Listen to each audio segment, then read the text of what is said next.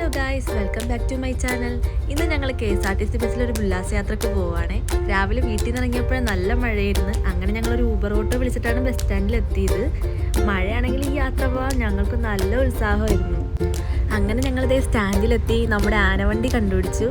അങ്ങനെ ഞങ്ങൾക്ക് സീറ്റ് നമ്പറൊക്കെ തന്നിട്ടുണ്ടായിരുന്നു. അതിൽ കയറിയിരുന്നു.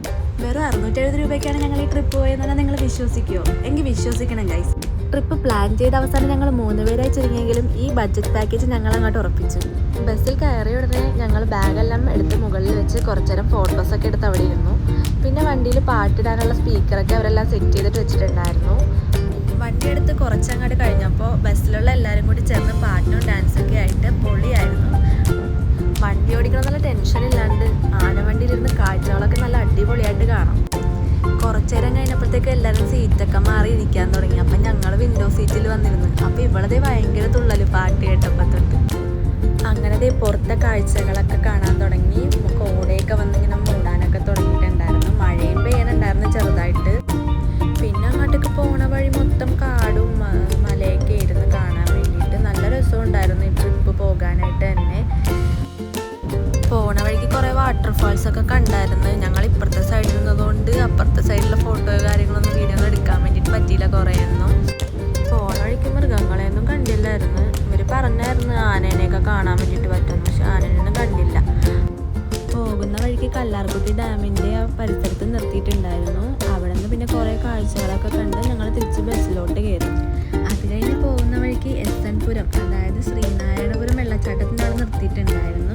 വെള്ളത്തിൻ്റെ അടുത്തേക്ക് പോകുന്ന വഴിക്ക് ഒരുപാട് ചെറിയ കടകളൊക്കെ ഉണ്ടായിരുന്നേ. നമുക്ക് എന്തെങ്കിലുമൊക്കെ ആവശ്യമുണ്ടായിരുന്നെങ്കിൽ ഒന്ന് മേടിക്കായിരുന്നു.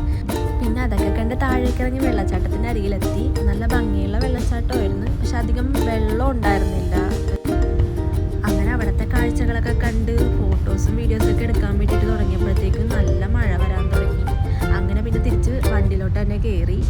പിന്നെ ഫുഡെല്ലാം കഴിച്ച് കഴിഞ്ഞ് നേരെ പോയത് ചതുരംഗപ്പാറയിലേക്കാണ്.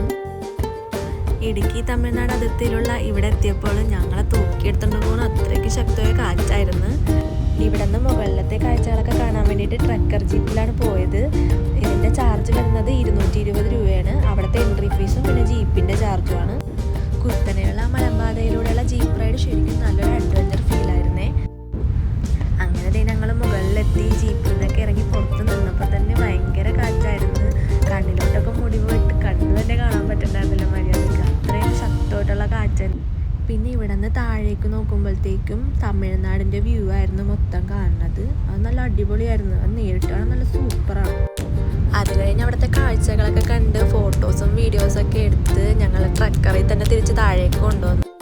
അവിടെ നിന്ന് തിരിച്ച് ബസ്സിൽ കയറി നേരെ പോയത് മൂന്നാർ ഗ്യാപ്പ് റോഡ് വഴിയായിരുന്നു. ആ വളവുകളും തിരിവുകളും നിറഞ്ഞ പാതയിലൂടേക്ക് നമ്മുടെ ഈ വലിയ KSRTC ബസ് ചെരിഞ്ഞും വളഞ്ഞും പുളഞ്ഞും പോകുന്നത് തന്നെ കാണാൻ എന്ത് ഭംഗിയായിരുന്നോ. മഞ്ഞ് മൂടിക്കിടന്നേച്ചത് കൊണ്ടിട്ട് നല്ല ഭംഗിയുണ്ടായിരുന്നു കാണാനൊക്കെ ആയിട്ട്. അതും വിൻഡോ സീറ്റിലിരുന്നാണ് ഇതെല്ലാം കാണുകയും പോവുകയൊക്കെ ചെയ്തത്. അപ്പം അതുകൊണ്ട് ഇതിലും നല്ല വേറെ ലെവൽ ഫീല് തന്നെ ഇരുന്നത്. അങ്ങനെ കാഴ്ചകളെല്ലാം കണ്ട് മൂന്നാറിലേക്ക് എത്തി. മൂന്നാറിലെ ആ തണുപ്പും പച്ചപ്പും ആസ്വദിച്ച് അവിടെ കുറച്ചു നേരം നിന്നായിരുന്നേ.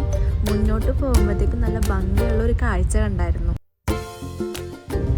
മലനിരകളെ മൊത്തം മൂടിക്കൊണ്ട് വെളുത്ത മേഘങ്ങൾ ആകാശവും ഭൂമിയും ഒന്നിക്കുന്ന ഈ ഒരു മനോഹരമായ കാഴ്ച നല്ല രസമുണ്ടായിരുന്നു കാണാനായിട്ട് തന്നെ.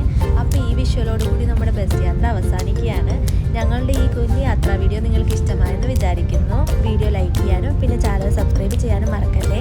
അടുത്ത വീഡിയോ ആയിട്ട് വീണ്ടും കാണാം.